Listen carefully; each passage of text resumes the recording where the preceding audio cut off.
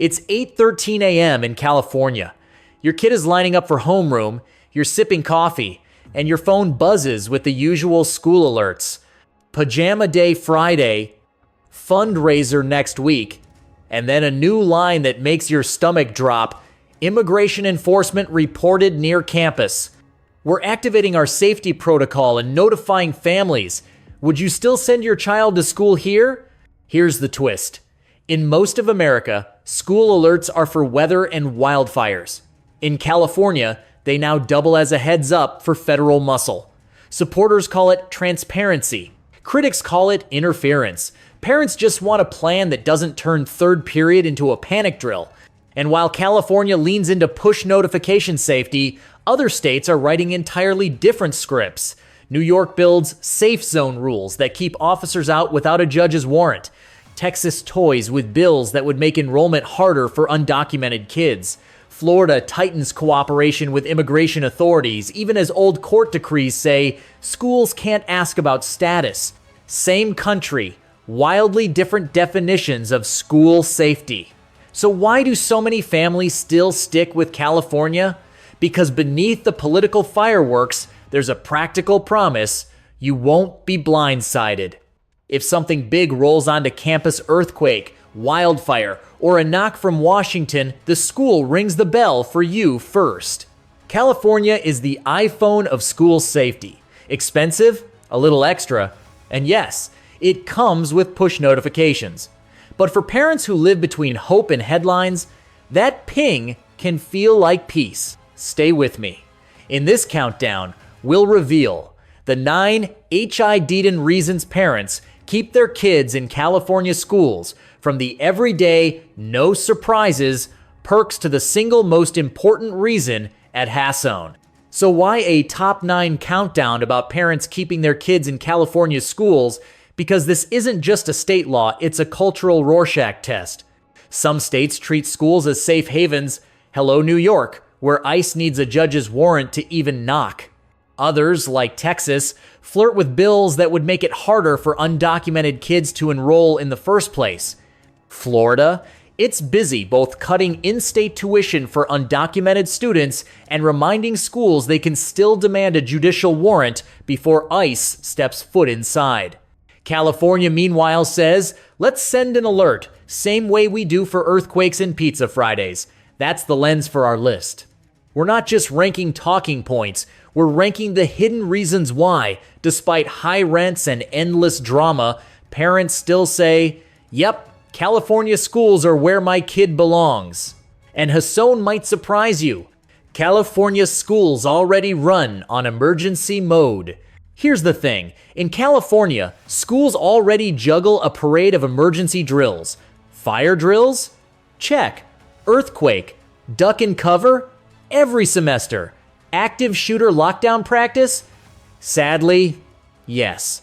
Wildfire evacuations? Of course. So when lawmakers add immigration enforcement alert to the lineup, it barely makes the cut on the disaster bingo card. For parents, this matters because routine breeds resilience. Kids here are already conditioned to treat alarms as part of daily life, not once in a lifetime chaos. Statistically, California schools conduct more safety drills than most states, partly because of the state's natural disasters. The culture of preparedness means families know the system works. Mass texts, robocalls, apps pinging your phone like an overcaffeinated friend. Parents in Florida or Texas might be blindsided. Parents in California expect a ping before they finish their latte. Is this overkill? Sure. But for families navigating the uncertainty of immigration enforcement, the fact that schools already have a muscle memory for crisis management is oddly comforting. Think of it this way. If your school can clear a campus in minutes because of a brush fire, it can also shoot out an ICE alert without fumbling. And that's just reason #9. Wait until you hear how California's biggest universities turn political chaos into a built-in shield for students.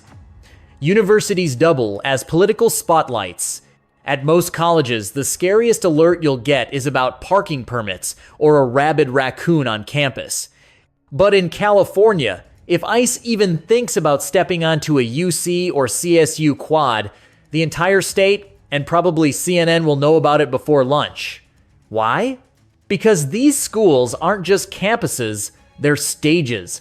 Take UC Berkeley or UCLA. They're breeding grounds for protests, media vans, and Twitter storms. When lawmakers strongly encourage UC to adopt ICE alerts, they're basically daring the schools not to. And honestly, which chancellor wants to be the headline, "UC kept silent while ICE raided dorms," not in a state where student protests have shut down freeways over tuition hikes? For parents, this translates into unexpected peace of mind. Your kid isn't just another face in Psych 101. They're part of an institution under constant scrutiny. Federal officers know stepping onto a California campus is like walking onto a movie set with the cameras already rolling. And while that might be a headache for politicians, it's an unintentional safety net for families. So yes, Reason Hashite is basically this. California universities are too high profile to let things slide. ICE might bring badges, but California brings hashtags, lawsuits, and nightly news coverage. And if the spotlight doesn't calm your nerves, the next reason will, because it speaks your language. Literally. Multilingual alerts mean no one's left in the dark. In Texas, some schools barely manage to send home a crumpled flyer in English about Picture Day. In California, that ICE alert is more likely to show up on your phone in English, Spanish, Vietnamese, Mandarin, Tagalog, sometimes all at once. Why?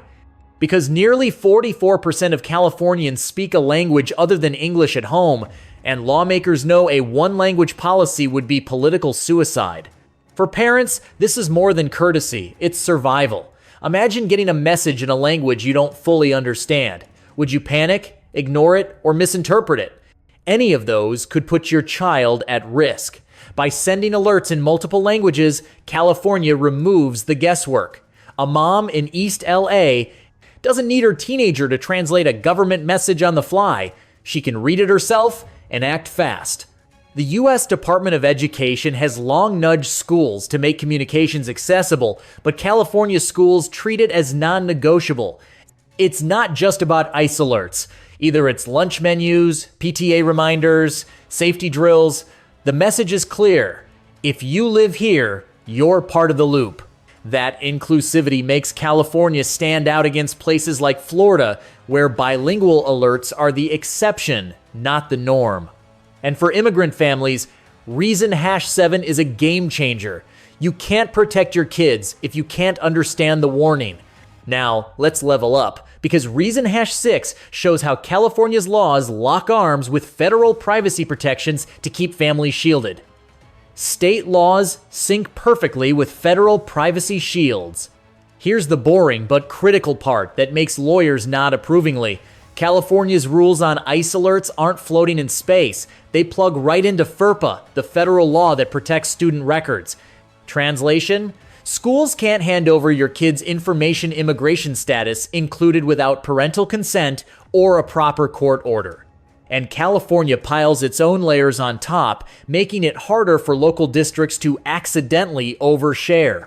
Contrast that with states like Texas, where lawmakers in 2025 introduced bills to require schools to check proof of legal status before enrolling kids. Imagine showing your passport at kindergarten registration. That's the reality Texas flirted with. Florida's new laws cut in-state tuition for undocumented students, signaling an even chillier environment. In California, however, the paperwork fortress is already built. Districts are trained not to ask about status, not to log it, and definitely not to cough it up to a random knock at the office.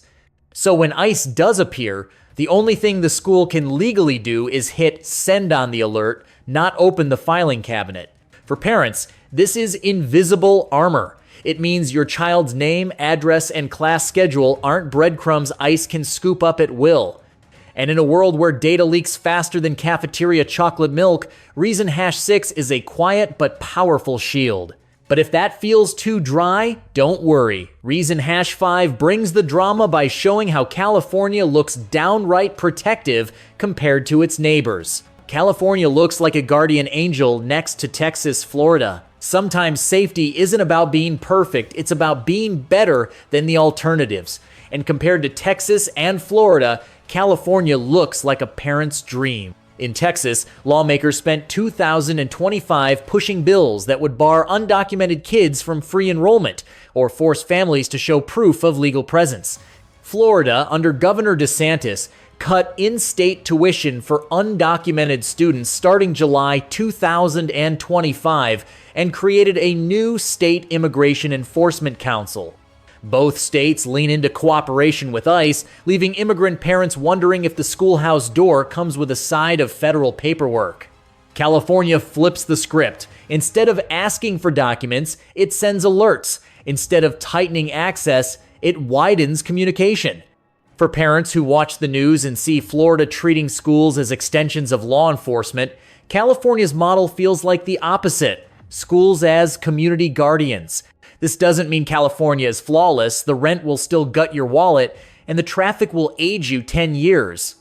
But when it comes to whether your kid can sit in a classroom without fearing an unexpected knock, California wins by default. Reason #5 is comparative advantage. It's not just that California does something right, it's that other states are racing in the opposite direction, and that makes parents cling tighter to the Golden State. Now, let's zoom in on what really seals the deal: the promise of long-term stability. That's reason #4. Stability that lasts. Until hanging le, by 11. Parents don't just think about next week's homework, they think about the next decade. California's ICE alert law is designed with that in mind. If Governor Newsom signs it, the measure stays in place until 2031. That's 6 whole years of guaranteed policy, which in political terms is practically a lifetime. Contrast this with states where protections live and die with whoever sits in the governor's chair. Florida has already reversed previous immigrant-friendly measures by slashing tuition benefits. Texas lawmakers keep floating bills to chip away at Plyler v. Doe, the Supreme Court decision that guarantees education for undocumented kids. In those states, the ground shifts so often, it feels like parenting on quicksand. California, by setting an expiration date nearly a decade out, gives families something rare: predictability. Parents can plan their child's entire K-6 or high school career, knowing this safety net won't vanish overnight. That's priceless in a world where most policies wobble with every election cycle. Of course, critics argue 2031 is just kicking the can. But for parents living in the here and now, it's a comforting guarantee. Think of it as locking in a long-term insurance plan. The premiums are high, hello, rent, but at least you know the coverage won't evaporate next semester. And that's just reason #4. Next up, reason #3. Where California doesn't just wait for ICE to knock, it takes the bold step of alerting families proactively. California goes proactive with alerts. In most states, the best case scenario is that ICE can't enter without a judicial warrant, think New York's safe zone rules. That's good, but it's also passive. Families only know something's happening if officers show up at the door. California adds a new twist. It doesn't just block the door, it rings your phone. The law requires schools to actively notify parents, staff, and in some cases, students the moment immigration enforcement is confirmed on campus. That's not a loophole, it's a deliberate heads-up system. For immigrant families, the difference between knowing and not knowing is the difference between staying calm or spiraling into chaos. Imagine 2 scenarios. In New York, ICE officers need a warrant, but parents may only hear about it after the fact. In California, your phone buzzes before the panic spreads, giving you time to call your child, contact a lawyer, or simply brace yourself. Critics say it tips off targets. Supporters say it tips off families who deserve dignity. Either way, California is redefining school safety as information in real time, not just security guards at the gate. For parents, this proactive stance feels like the school standing shoulder to shoulder with them, and that emotional bond is powerful. But it gets even more political because reason #2 reveals how California uses schools as the front lines of a bigger ideological battle. Schools become California's political frontline. In most places, schools are where you debate lunch menus and dodge PTA fundraisers.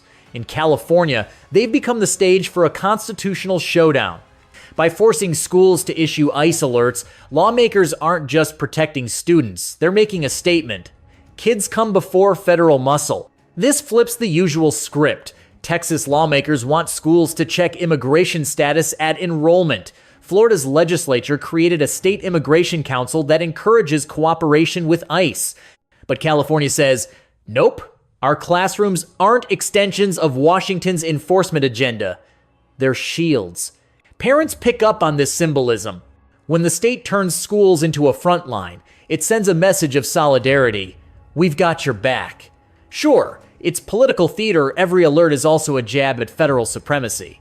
But for families, that drama translates into comfort. They know the school isn't neutral, it's actively on their side. And here's the irony. In a country divided over immigration, California makes a child's math test part of the debate. It's messy, it's loud, and it's pure California.